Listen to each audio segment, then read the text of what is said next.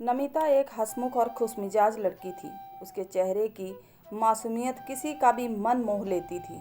उसके गुलाबी होंठ हमेशा मीठी मुस्कुराहट के दायरे में छोटी नाव की तरह हिचकोले खाते रहते थे।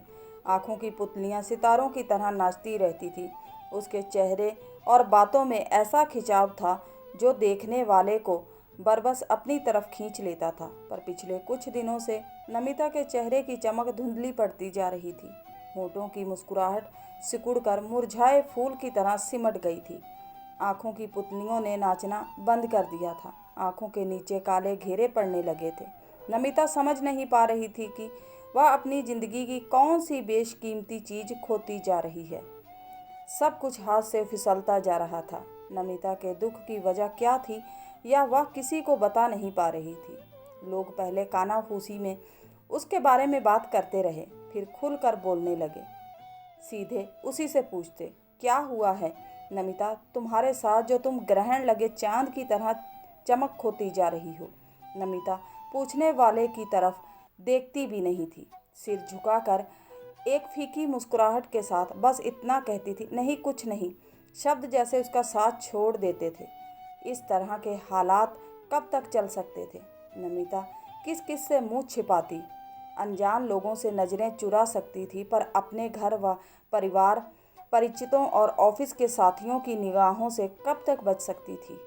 उनकी बातों का कब तक जवाब नहीं देती। आखिर टूट ही गई एक दिन। सबके सामने नहीं, ऑफिस की एक साथी थी प्रीति, उम्र में उससे कुछ साल बड़ी। एक दिन एकांत में जब उन्होंने नमिता से प्यार भरी आवाज़ में भरोसा देते हुए पूछा तो नमिता रोने लगी। सब्र का बांध टूट चुका था। फालतू का पानी बह जाने के बाद जब नमिता ठीक हुई तो उसने धीरे धीरे अपनी परेशानी की वजह को बयान कर दिया, जिसे सुनकर प्रीति हैरान रह गई थी। नमिता स्टेनोग्राफर थी और ऑफिस हेड भूषण राज के साथ जुड़ी थी। भूषण राज अधेड़ उम्र का सुखी परिवार वाला शख्स था। ऑफिस में उसकी अपनी पर्सनल असिस्टेंट थी, पर डिटेक्शन और टाइपिंग का काम वह नमिता से ही कराता था। काम कम करता था, सामने बिठाकर बातें ज़्यादा करता था। वह उसे मुस्कुराती नज़रों से देखा करता था। पहले नमिता भी मुस्कुराती थी और उसकी बातों का जवाब भी देती थी, पर धीरे धीरे नमिता की समझ में आ गया कि भूषण राज की नज़रों का मतलब कुछ दूसरा था। इसलिए वह सावधान हो गई।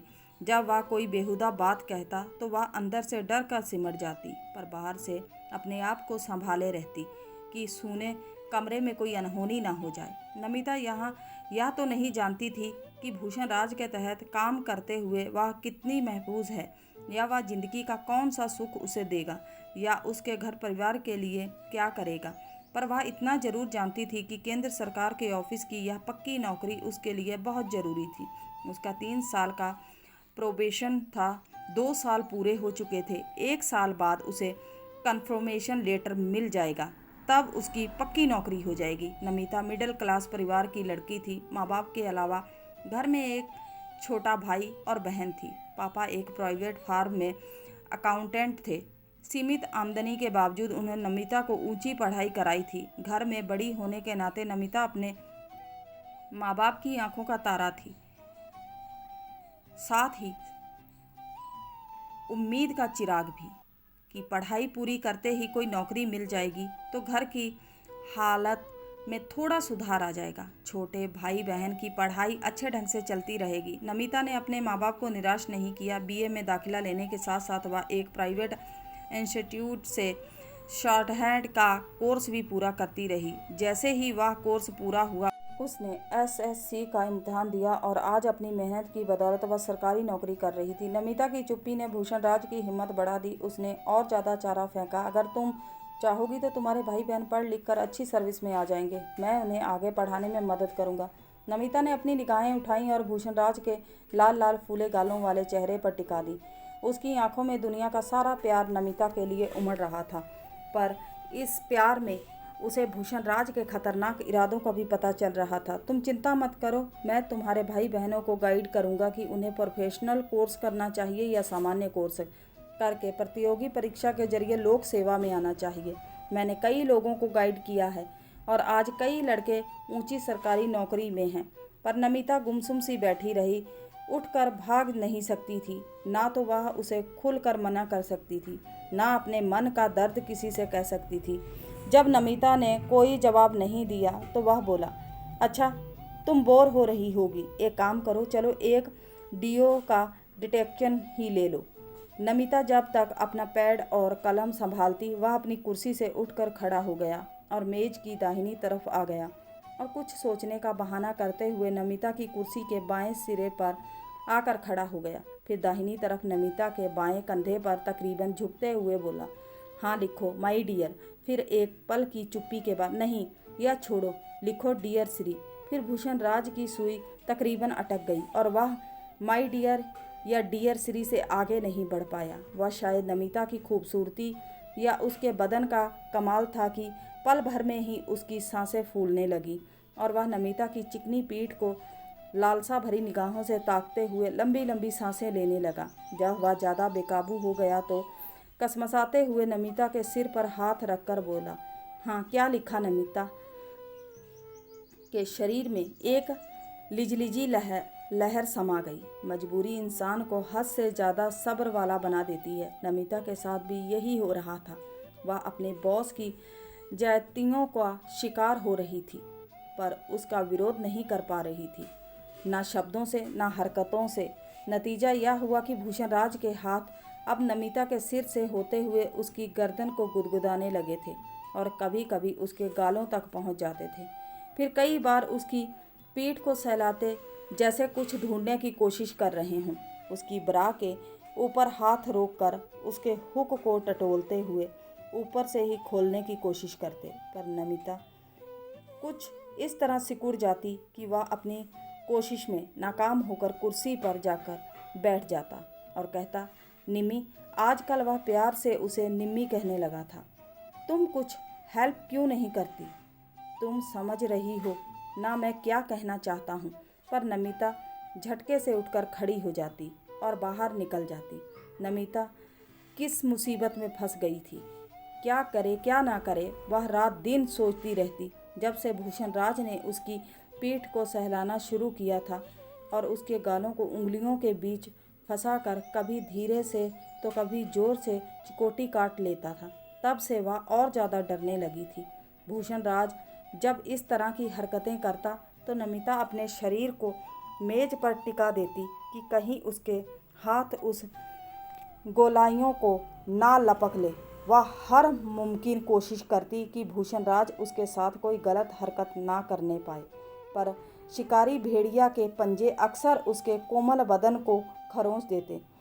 एक दिन तो हद हो गई। भूषण राज ने उसके दोनों गालों पर हाथ फेरते हुए आगे की तरफ से ठोड़ी और गर्दन को सहलाना शुरू कर दिया। फिर धीरे धीरे हाथों को आगे बढ़ाते हुए उसके गले की तरफ झुक आया।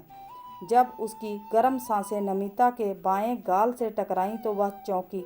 झटके से बाईं तरफ मुड़ी तो भूषण राज का मुंह सीधे उसके होठों से जा लगा।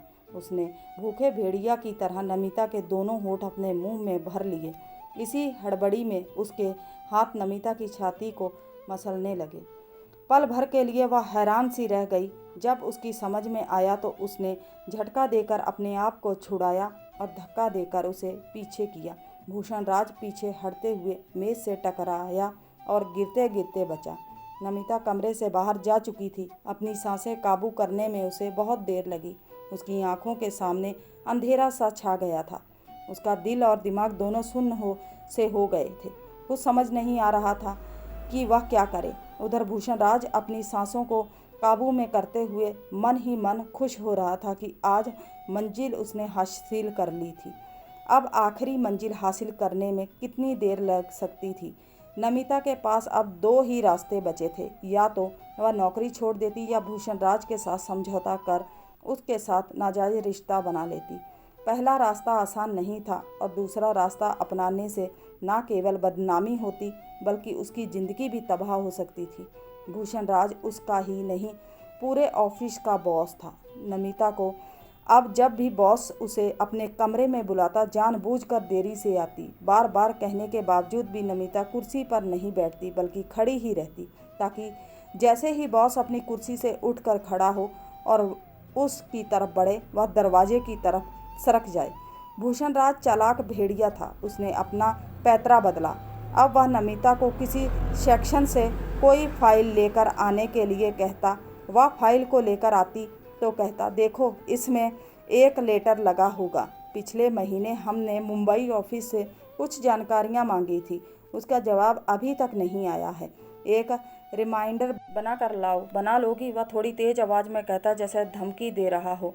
नमिता जानती थी कि भूषण राज जानबूझकर उसे तंग करने के लिए यह काम सौंप रहा था, ताकि काम न कर पाने के चलते वह उसे डांट डड़प सके। मैं कर लूँगी सर, कहते हुए वह बाहर निकल गई। भूषण राज अपनी कुटिल मुस्कान के साथ मन ही मन सोच रहा था, कहाँ तक उड़ेगी मुझसे, पंख काट कर रख दूंगा। नमिता ने सब्र से काम लिया। वह संबंधित अनुभाग के अध्यक्ष के पास गई और अपनी समस्या बताई। कार्यालय अध्यक्ष समझदार था। उसने नमिता का रिमाइंडर तैयार करा दिया। वह खुशी खुशी फाइल के साथ रिमाइंडर लेकर भूषण राज के चैम्बर में घुसी। वह किसी फाइल पर झुका हुआ था। चश्मा नाक पर लटका कर उसने आंखें उठाई और त्योरियां चढ़ा कर पूछा, तो रिमाइंडर बन गया जी? सर देख लीजिए, नमिता आत्मविश्वास से बोली। उसकी अंग्रेजी और टाइपिंग दोनों अच्छी थी। भूषण राज ने सरसरी तौर पर लेटर को देखा और घुड़क कर बोला, तो ऐसे बनाया जाता है रिमाइंडर? तुम्हें कोई अक्ल भी है? यह देखो, यह फिगर गलत है, यह कॉलम तो बिल्कुल सही नहीं बना है, इसका प्रेजेंटेशन ठीक नहीं है, और यह कौन से फॉन्ट में टाइप किया है? जाओ दोबारा से बनाकर लाओ, वरना समझ लो अभी प्रोबेशन में हो। मन लगाकर काम करो, वरना जिंदगी भर इसी ग्रेड में पड़ी रहोगी, कभी प्रमोशन नहीं मिलेगा। नमिता कुछ देर तो सहमी खड़ी रही। उसकी समझ कुछ नहीं आ रहा था कि ड्रॉप में क्या गलती थी। वह तकरीबन रुआसी हो गई। 2 साल तक भूषण राज ने भले ही उससे 1 पैसे का काम नहीं लिया था, पर बातें बहुत मीठी की थी। अब अचानक उसके बर्ताव में आए इस बदलाव से नमिता हैरान थी। अब यह रोज का नियम बन गया था। भूषण राज नमिता को रोज कोई ना कोई मुश्किल काम बता देता। वह सही ढंग से काम कर भी देती, तब भी उसके काम में नुक्स निकालता। जोर जोर से सबके सामने उसे डांटता, उसको जलील करता। तो यह है तुम्हारी परेशानी की वजह? प्रीति ने लंबी सांस लेकर कहा, समस्या बड़ी है तो क्या सोचा है तुमने? क्या तुम समझती हो कि इस तरह की लड़ाई से तुम खुद को बचा पाओगी? नामुमकिन है। मैंने इस दफ्तर में तकरीबन 10 साल गुजारे हैं। मैं उसकी एक एक हरकत से वाकिफ़ हूँ। मैं जब यहाँ आई थी तब शादीशुदा थी। वह केवल कुंवारी लड़कियों पर नज़र डालता है। 10 सालों में मैंने बहुत कुछ देखा है। कितनी लड़कियों को मैंने यहीं पर हालत से समझौता करते हुए देखा है, कितनी तो ज़बरदस्ती उसकी हवस का शिकार हुई हैं। मेरे लिए यह अच्छी नौकरी और इज्जत दोनों ही ज़रूरी है। मैं दोनों में से किसी को खोना नहीं चाहती। नौकरी जाने से मेरे माँ बाप, भाई और बहन की ज़िंदगी पर असर पड़ेगा। इज्जत खो दी तो फिर मेरे जीने का क्या मकसद? नमिता की आवाज़ में हताश टपक रही थी। प्रीति ने उसके हाथ को थामते हुए कहा, इस तरह निराश होने से काम नहीं चलेगा। क्या तुम किसी लड़के को प्यार करती हो? नमिता ने चौंकती नज़रों से प्रीति को देखा। उसके इस अचानक किए गए सवाल का मतलब वह नहीं समझी। फिर सिर झुकाकर बोली, उस हद तक नहीं कि उससे शादी कर लूं। कॉलेज में इस तरह के प्यार हो जाते हैं जिनका कोई गंभीर मतलब नहीं होता, बस एक दूसरे के प्रति खिंचाव होता है। ऐसा ही पहले कुछ था 2 लड़कों के साथ, पर अब नहीं। लेकिन आपने क्यों पूछा? यही कि शिद्दत से किसी को प्यार करने वाली लड़की के कदम जल्दी किसी और राह पर नहीं चलते। मैं ऐसा समझ रही थी। शायद तुम अपने प्यार की खातिर भूषण राज के मन मुताबिक नर्मदिल नहीं हो पा रही हो, वरना रुपए पैसे के साथ साथ जवानी का मजा कौन लड़की नहीं उठाना चाहती। नमिता के सिर पर जैसे किसी ने घूंसा मार दिया हो। वह कराहते हुए बोली, तो क्या मैं भूषण राज के नीचे लेट जाती? क्या किसी को प्यार ना करने वाली लड़की इज्जतदार नहीं होती? तो उम्मीद करते हैं आज की कहानी अच्छी लगी होगी। अच्छी लगी है तो सपोर्ट कीजिए। मिलते हैं किसी नई कहानी के साथ, तब तक के लिए बाय।